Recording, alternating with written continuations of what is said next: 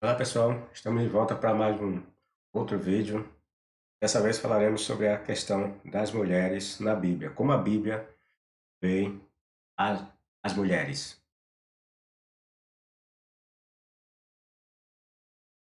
Muitos cristãos dizem que a Bíblia apresenta a mulher, dá demonstra respeito para com as mulheres, diferentemente diferentemente daquilo que os ateus e afins falam. A Bíblia não mostra uma um de comportamento de preconceito para com as mulheres. Eles dizem que são os ateus que pegam textos descontextualizados e afirmam essas coisas. Mas que a Bíblia, tanto o Velho Testamento como o Novo Testamento, tratam as mulheres com respeito, com consideração. Outros dizem até que os hebreus tinham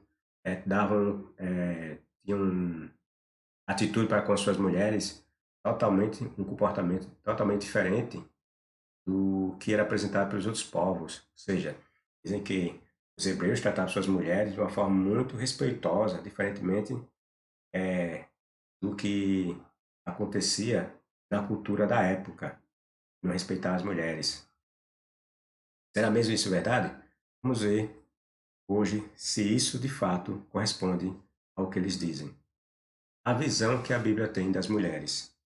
Qualquer mulher que se considere inteligente e racional, quando lesse a Bíblia, deveria desconsiderar as afirmações feitas por ela.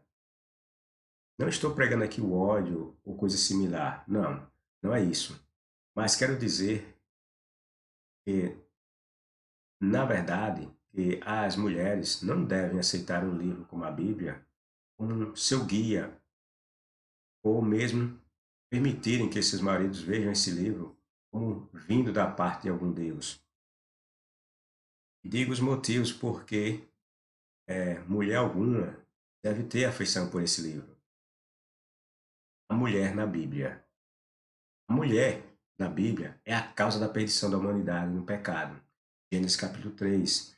É lá que nós vemos a primeira mulher sendo criada, né? Essa versão da Bíblia hebraica, que nos chegou até nós. E ali, se nós analisarmos em profundidade, veremos que o escritor quer atribuir a culpa do pecado, todas as mazelas que hoje assolam a humanidade, como a doença, a morte, a velhice, e tantas outras coisas mais, como a guerra e outras consequências, é, teriam, teriam como consequência o pecado da mulher. Ou seja, a mulher foi a pecadora, foi a mulher que induziu o homem ao erro e ao pecado. É essa a mensagem que a Bíblia passa no livro de Gênesis, quando fala da perdição do paraíso. A mulher na Bíblia é um objeto ou coisa pertencente ao homem, daí ser elencada entre as coisas que outro homem não poderia cobiçar. Nós vimos isso no Êxodo, capítulo 20, nos famosos Dez Mandamentos. Ali, a mulher é colocada entre as coisas que o homem possui, como um escravo, uma vaca, um boi, uma casa, e outros bens. Então, a mulher, na visão dos hebreus, diferentemente do que é dito pelos cristãos, a mulher é vista como um bem, uma propriedade do homem. Tanto é que a mulher chamava seu marido de o meu senhor. A mulher na Bíblia poderia ser escravizada e permanecer nessa condição pelo resto de sua vida, que não acontecia com o homem, que só poderia ser escravo até um tal de jubileu. Você pode conferir isso em Êxodo 21, Êxodo 22, e acrescentar a essas passagens as citações do livro de Levítico. Entre 1000 homens, Salomão disse que não encontrou um a que prestasse. Entre 1000 homens, Salomão disse que não encontrou uma mulher que prestasse. Você imagine? Esse era o homem inspirado, o homem que recebeu a maior sabedoria aqui na Terra, era o homem mais sábio que já existiu aqui na Terra. Ele, e foi inspirado, recebeu essa inspiração, essa sabedoria, do Deus hebreu. E veja o que foi que ele disse. Ele disse que entre 1000 homens não encontrou uma mulher que prestasse. Essa era a ideia que eles tinham das mulheres. É, a mulher na Bíblia é representada como nações que devem ser dominadas. Em diversas passagens na Bíblia, o Deus hebreu, por exemplo, ele compara a nação de Judá, e a cidade de Samaria e a cidade de Jerusalém a mulheres.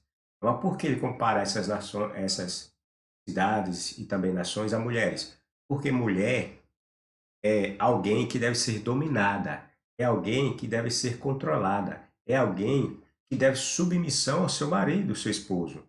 Então, o Deus hebreu se via como marido, o esposo da nação simbólica que ele tinha e que ele via na nação de Israel, sobretudo as cidades de Judá e de Samaria, ou a cidade de Jerusalém e Samaria.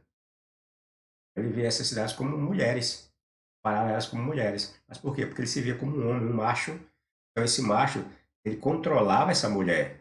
Por isso que os hebreus, como fazendo parte dessa nação, não poderia, não poderia desagradar esse Deus hebreu. Por quê? Porque o Deus hebreu era o macho dela, era o homem dela. Então, e a mulher tinha dever de obedecer, de respeitar o seu marido. Nesse caso, o deus hebreu se via como macho, então os hebreus, como sua fêmea, devia essa obediência e respeito a ele. Quando os hebreus iam adorar outros deuses, eles se colocavam na condição de um homem corneado. Ele se via como um homem que foi traído. Dizia que a nação havia adulterado contra ele, tinha cometido adultério. Por quê? Porque ele via a nação como uma mulher e ele como um homem. Para passar a ideia desse controle do macho sobre a mulher. A mulher na Bíblia é representada como simbologia de fraqueza, incompetência e fragilidade. Se você pesquisar na Bíblia, você vai encontrar esses adjetivos. Eu vou trazer um outro vídeo que eu mostro as diferentes passagens em que a Bíblia retrata nações fracas como sendo mulheres. Por quê? Porque eles imaginavam que as mulheres eram frágeis, fracas, incompetentes, né? A mulher na Bíblia, ou para o homem hebreu, o homem da Bíblia, a mulher tinha objetivos claros, que eram gerar filhos, cuidar da família, somente. Respeitar seu marido, no caso, né? Ser obediente ao seu marido, ser submissa ao seu marido. Esses eram os papéis que a mulher, na cultura hebraica, tinha que exercer. As mulheres são tidas como fofoqueiras e não devem ser ouvidas. Essa passagem nós percebemos lá no livro no Novo Testamento, Paulo aconselhando, né, as mulheres. Se fosse feia a mulher escrava, desculpe, se a mulher fosse feia na Bíblia, ela deveria ser escrava para sempre. Mas se fosse bonita, seria uma escrava do tipo concubina, uma rapariga mais privilegiada, com certo privilégio, mas poderia ser expulsa e jogada ao relento. A mulher, se desagradasse ao marido, tinha essa possibilidade. Isso se fosse uma concubina, né? E viesse de terras de povos pagãos. Ela poderia ser rejeitada pelo hebreu e ser jogada ao relento e ir embora. Não sei para onde, né? Era uma das primeiras a ser entregue aos inimigos de seu marido em caso de cerco de guerra. Acontecendo a guerra, a mulher e seus filhos eram os primeiros a ser entregues aos inimigos. Vocês sabem para quê, né? Os inimigos queriam essas mulheres, né? As mulheres eram estupradas quando guerras aconteciam. As mulheres também, nas guerras, eram as primeiras a sofrerem. Por quê? Porque, normalmente, os homens, quando iam para a guerra, se abstinham de ter relações sexuais. Muitas vezes as guerras duravam dias, semanas, anos. Esses homens ficavam afastados de suas famílias. Então, nesse período de abstinência sexual, quando eles invadiam um vilarejo, uma vila, uma cidade, apareceu mulher casada ou virgem, aí, coitada dessas mulheres, eles desciam a madeira nas mulheres e depois matavam as mulheres. Não queria que as mulheres gerassem filhos bastardos, né? Bastardos. As mulheres, nesse caso também, eram as primeiras a sofrerem, né? Primeiro perdiam os maridos, né? Porque eles normalmente matavam os maridos. Em seguida, estupravam as mulheres. E às vezes, por perversidade, estupravam as mulheres na frente dos maridos, né? Depois que matavam os caras. E em seguida, as mulheres. A perversidade era grande. Bom, essas são algumas das inúmeras barbaridades que a Bíblia, a tal palavra de Deus, menciona a respeito da mulher. Dizer que um livro desse é inspirado por um Deus é de uma baixeza sem tamanho. Só se esse Deus for um demônio, o que nós vemos em suas páginas a respeito da Bíblia e de outros conceitos, ou a respeito da mulher e de outros conceitos, não pode ser coisa de um Deus todo amoroso, que respeite suas criaturas, que zela pelo bem-estar de todos. Impossível. Deus algum há num livro desse. Só ignorantes e bárbaros que veem algo positivo num livro que só tem baixarias, assassinatos, estupros, roubos e tudo mais de pior que o ser humano em seu estado primitivo fora capaz de fazer. É isso que nós encontramos nas páginas da Bíblia.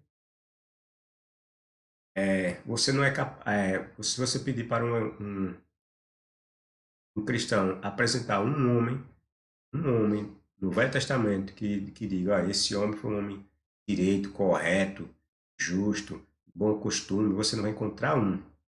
Eles não vão citar um. Pode citar,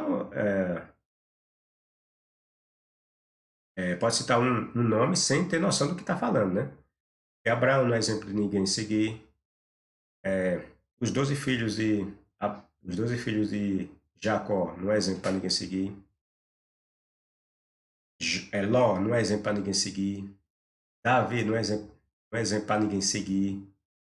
E nem para ter como um exemplo moral, bom comportamento. Salomão, muito pior.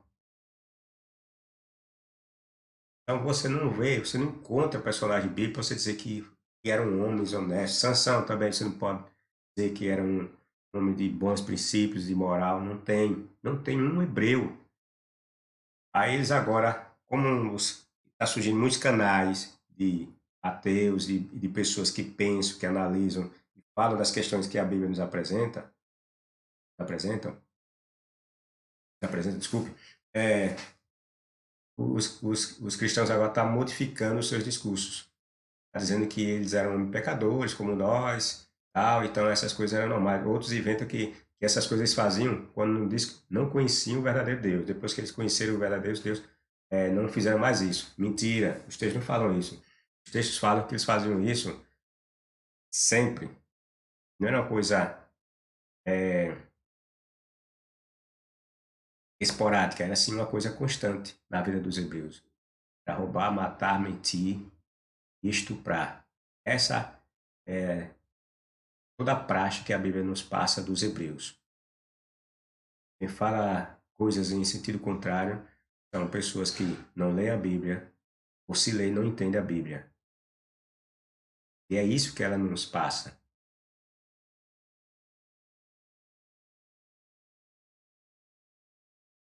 Pois bem, esse livro, a Bíblia, inspirou padres e homens considerados santos e extremamente inteligentes, como o chamado Santo Agostinho, São Tomás de Aquino, Lutero, Maomé, Aristóteles e outros, tantos outros, a dizerem essas barbaridades sobre as mulheres. Vejam, quase quantas barbaridades falaram.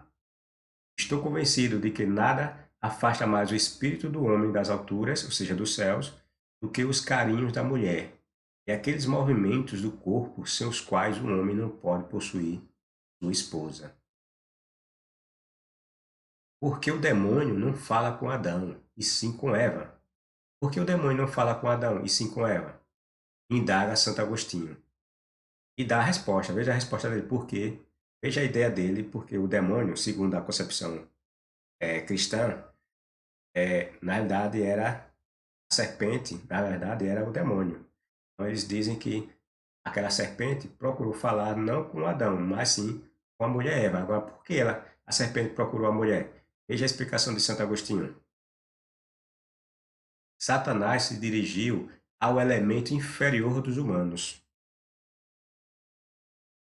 pressupondo que ao homem não seria assim tão fácil enganar, e não seria aprisionado por um falso movimento de sua parte, mas só se desviado para outro erro. Santo Agostinho admite as circunstâncias atenuantes para Adão. Não podemos acreditar que o homem fosse levado para o mau caminho, porque acreditava que a mulher estivesse falando a verdade, mas que ele caiu através das sugestões dela, porque estavam muito unidos em sua parceria. Eva aceitou o que disse a serpente como verdadeiro, enquanto Adão se recusou a separar-se de sua companheira, mesmo que isso significasse dividir com ela o pecado. Essas palavras de São Agostinho vocês podem conferir lá no livro dele, né? É Cidade de Deus.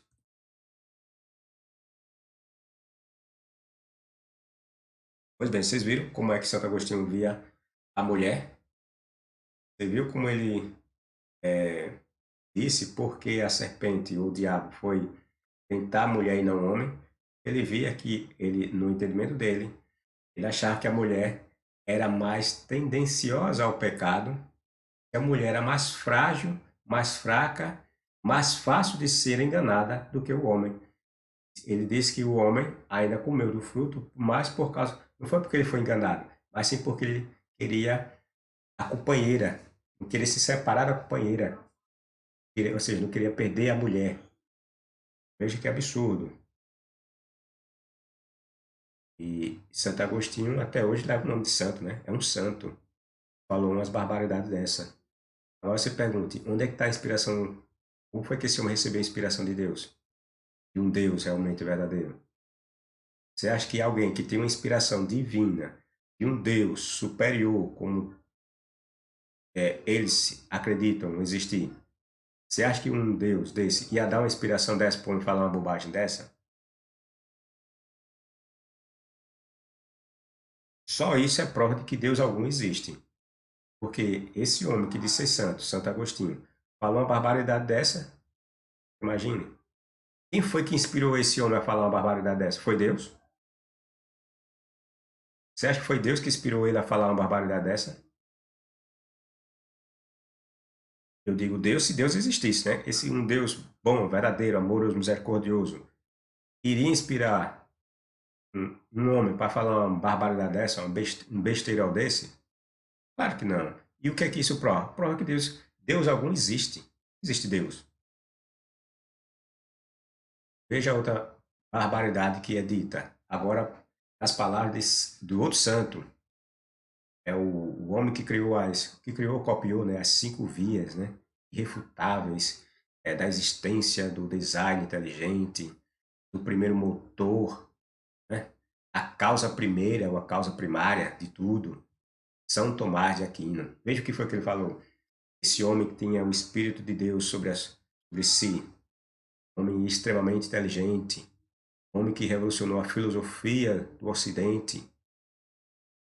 Para a boa ordem da família humana, uns terão que ser governados por outros, mais sábios que aqueles. Daí a mulher mais fraca, quanto ao vigor da alma e força corporal, está sujeita por natureza ao homem, em quem a razão predomina. Entendeu? Ele diz que a razão predomina no homem. A mulher não tem razão nenhuma, ou seja, a mulher é burra, é um animal burro, sem sabedoria nenhuma. E nessa condição, ela tem que ser dominada por alguém que tem razão, por alguém que tem inteligência. Mas tudo isso, todo esse conceito distorcido que eles criaram da mulher, é em virtude da crença que eles tinham num livro cheio de mitologia, cheio de mentira, criado numa época primitiva de homens ignorantes praticamente beirando a caverna. Daí eles atribuírem essas características negativas à mulher e elevar as qualidades do homem.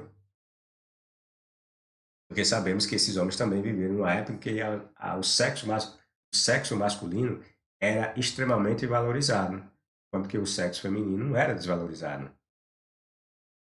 A mulher é um acidental e falho. A mulher é um ser acidental e falho. Veja que absurdo. A mulher é um acidente. Aconteceu por um acidente. Seu destino é viver sob a tutela do homem. Sobre si mesma, ela não tem autoridade alguma. Por natureza, a mulher é inferior ao homem em força e dignidade. Ou seja, não é nem força física. Além de dizer que a mulher é fraca em termos de força física, e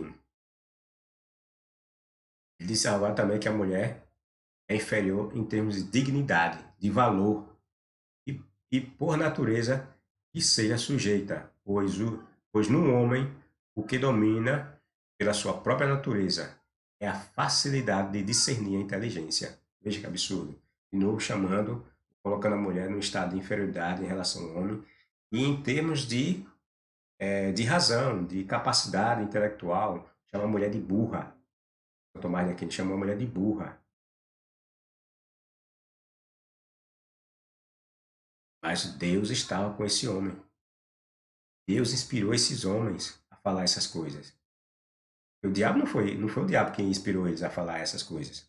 Eles eram homens santos. Como é que o diabo ia inspirar eles a falar essas barbaridades?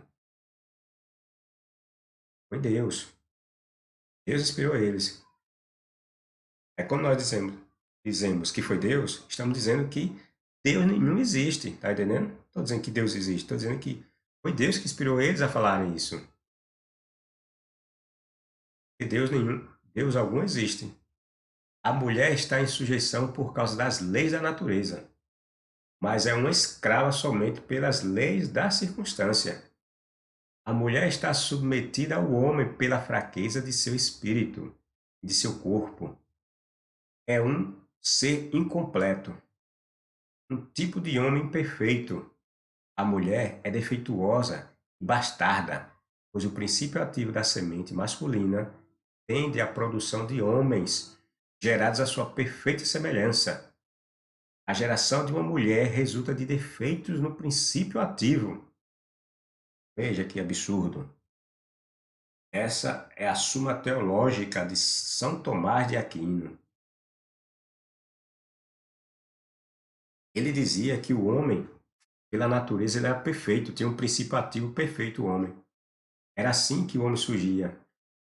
Quando a mulher gerava um homem, ou uma criança nascia homem, é porque a natureza pedia que a mulher gerasse homem, porque o homem é o ser perfeito. Já quando a mulher gerava uma mulher, ele acreditava que houve uma falha, que a mulher é um ser incompleto e imperfeito. Veja que absurdo. Mas veja, esse homem é o homem sábio, homem super inteligente. Fala um besteirol desse. Não, esquecendo ele que a, se nós formos analisar a Bíblia, na realidade o homem que é incompleto, né? O homem foi que precisou de uma companheira, segundo a Bíblia. Ele se sentiu sozinho e queria ter uma companheira. Então, o homem que era incompleto. Então, é a mulher que completa o homem, e não o homem que completa a mulher. Né? Porque a mulher não existia, segundo a lenda bíblica. A mulher não existia em canto nenhum. Quem existia era o homem. Foi o homem que precisou da existência da mulher. Não foi a mulher que precisou da existência do homem porque ela não existia. Então, era o homem que era incompleto. E se ser incompleto é ser imperfeito, então o homem era imperfeito quando foi criado pelo Deus que se diz ser perfeito. Tá entendendo? Mas é esse o homem que cristãos e outros falam tanta besteira e bajula ele, dizer que ele era um grande sábio e um homem de Deus. Em meio a todos os animais selvagens, não se encontra nenhum mais nocivo do que a mulher. Veja, comparou a mulher a um animal selvagem. Ou seja, a mulher, de novo, é chamada de ignorante, um bicho bruto, burro, um ser burro, sem razão alguma. São João Crisóstomo, São João Crisóstomo, veja, um outro santo, patriarca de Constantinopla, um santo da Igreja Católica. Esses são, agora, esses são santos católicos, né? Muitos desses aí são santos católicos. Mas nós vamos ver também um santo para os protestantes, as barbaridades e besteiras que ele falou, né? Eu peguei algumas que eu encontrei na internet, mas são inúmeras, você pode encontrar, se você pesquisar, essas citações, esses homens santos. Aí o cristão vai dizer, não, você está pegando o texto descontextualizado, eles não queriam dizer isso nas suas obras. Bom, se está descontextualizado, vá ler as obras dele, leiam as obras dele, ver se, se está descontextualizado ou não. Além do mais, não tem como é que uma pessoa ia distorcer, pegar uma parte disso aqui e distorcer uma frase dessa. A geração de uma mulher resulta de defeitos no princípio ativo. Veja, como é que alguém pode pegar uma frase dessa e distorcer? Ela diz tudo, né? A frase é completa em si, não tem o que tirar nem acrescentar nela, ela diz tudo.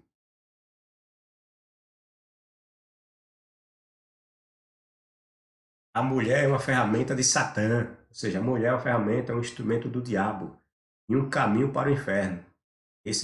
Quem disse isso foi São Jerônimo, aquele que escreveu a famosa Vulgata Latina, um santo para a Igreja Católica, São Jerônimo de Hipona, né? Jerônimo de Hipona. Pois é, ele disse que a mulher é um instrumento, uma ferramenta que o diabo usava para desencaminhar quem? Os homens, a humanidade. A mulher é um caminho para o inferno. Veja,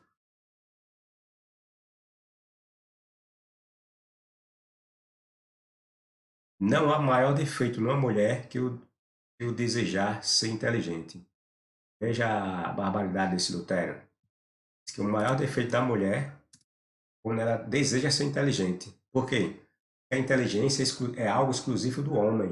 Então, a mulher, quando deseja isso, a mulher passa a ter defeitos. E um defeito muito grande. Essa é a concepção de Lutero. Tudo isso por causa de quem? Por causa das concepções ignorantes, primitivas do livro chamado Bíblia. As palavras e atos de Deus são bem claros. As mulheres foram feitas para ser esposas ou prostitutas. Lutero achava que a mulher só servia para duas coisas: ou para ser uma esposa, dona de casa, submissa a seus maridos, ou para ser uma prostituta, ou seja, para dar prazer ao homem. Essa é a ideia de Lutero, o santo dos protestantes. Tenham os vossos filhos e façam o que puderem. Se morrerem no parto, benditas sejam, porque certamente morreram fazendo a vontade de Deus. Vejam como são débeis e pouco saudáveis as mulheres estéreis. As que foram abençoadas com muitos filhos são mais saudáveis, limpas e alegres. Mas se eventualmente se esgotam e morrem, não importa, que morram dando à luz, pois para isto existem. Essas aí são as palavras do famoso Lutero. Para ele a mulher só servia para gerar filhos. Se elas morressem, pouco importasse durante o parto. E o negócio era, se durante o parto elas conseguissem gerar algum filho, elas já tinham feito o papel delas. A natureza só faz mulheres quando não pode fazer homens. Essa ideia é a mesma de São Tomás de Aquino, tá lembrado que ele falou do princípio ativo, que o homem é perfeito, né? E que quando é gerada uma mulher é só em virtude de algum erro que acontece. Mas a natureza é que os homens sejam gerados e não mulheres. A mulher é um homem defeituoso. Esse era o pensamento de São Tomás de Aquino. A natureza só faz mulheres quando não pode fazer homens. Veja que idiotice. A mulher é, portanto, um homem inferior. Esse foi Aristóteles, o grego, tá lembrado? Filósofo grego, um homem extremamente inteligente, né? Suas ideias são observadas até hoje, muitas de suas ideias, né?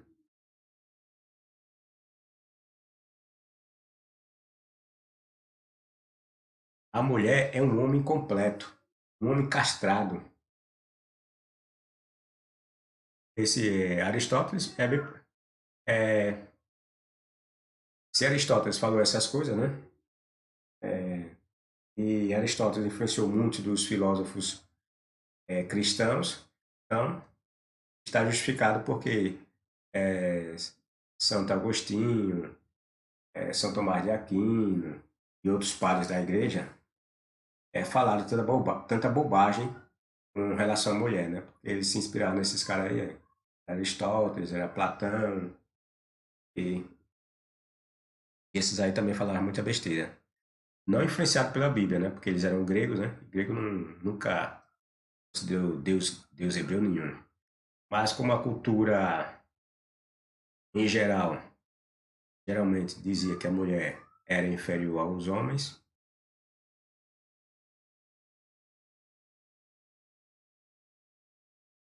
na verdade aquela ideia lá do Gênesis, né, de colocar a mulher em termos de inferioridade, é porque era a cultura que pregava aquela situação, né, da mulher ser inferior, ser dominada pelo homem. Então o hebreu foi e colocou essa ideia do seu mundo, né, que ele vivia no texto bíblico, né? A mulher é o que há de mais corrupto no mundo. Imagine, a mulher é o ser mais corrupto e corruptível do mundo. Ou seja, tanto é corrompida por si e é muito fácil ser corrompida. Esse é Confúcio, filósofo chinês. Maravilha de conselho, né? A boa parte desses caras é tudo boiola, né? Esses aí que sempre metem o pau nas mulheres assim, boa parte deles eram boiolas. Geralmente os padres, né? Agostinho disse que era um mulherengo, né? Pegava muitas mulheres, que depois que ele se converteu ao cristianismo, se encontrou com Deus, aí abandonou a mulher que tinha e tal. Mas coloca aí uma interrogação aí, viu? Sabe que naquele tempo os camaradas gostavam das duas frutas. Quando gostavam das duas frutas, gostavam mais da fruta do homem, certo? Vai ver o desprezo, o menosprezo que eles tinham das mulheres se dava por causa disso. Eles gostavam de uma banana, gostavam de uma maçã, né? Então, é justificável esse desprezo extremo pelas mulheres. A mulher, até entre os gregos, né, eles gostavam mesmo de um. Quando eles gostavam de pegar uma banana. A mulher deve adorar o homem como a um Deus. Toda manhã, por 9 vezes consecutivas, deve ajoelhar-se aos pés do marido e, braços cruzados, perguntar-lhe: Senhor, desejais que eu faça? Zaratustra, filósofo persa, século VII a.C. Zaratustra foi o que deu o, a quem é atribuído a origem do monoteísmo persa, dos deuses é, Aimã, né, o deus do mal, e o deus do bem, o Mazda. Ele que criou essa ideia do dualismo, né?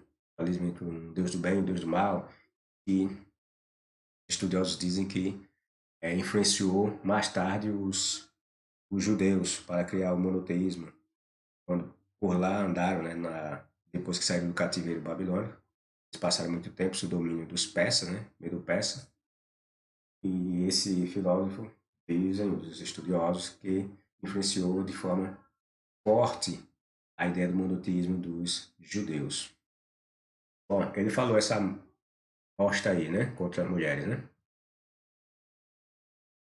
Quando o homem, sobretudo a mulher, se ajoelha e aceita as orientações vindas desse livro, ela se torna igual a um porco e não tem noção do que é ser sujo ou limpo. É similar a um cão que vomita e depois volta ao vômito para se alimentar. da podridão. Esse livro inspirou os piores instintos que há, mais repugnantes, piores e vergonhosos, desculpe, no ser humano. Os supostos benefícios que ele tenha trazido às civilizações ocidentais são desprezíveis aos inúmeros prejuízos que também os acompanharam. Imagine o quanto de mulheres em toda parte não sofreram. Imagine as negras que já sofriam demais em virtude do racismo existente, existente terem ainda que suportar o preconceito de ser mulher. É isso aí, pessoal. Dê seu like, seu dislike, compartilhe, divulgue o canal, aperte o sininho, se inscreva se for a primeira vez que você está assistindo esse vídeo. E até a próxima.